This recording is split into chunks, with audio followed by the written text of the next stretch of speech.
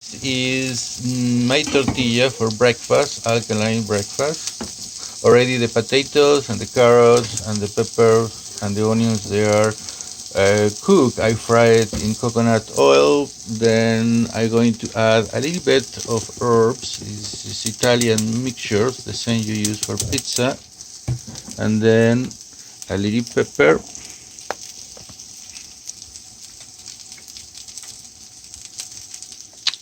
And already I have the eggs done.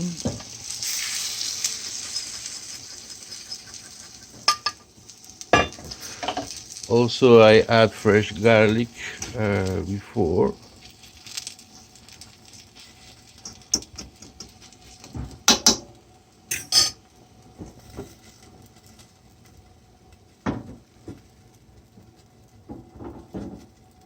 Be sure the eggs is covered. This is only coconut oil, and I will show you when the tortilla is finished. It's very simple.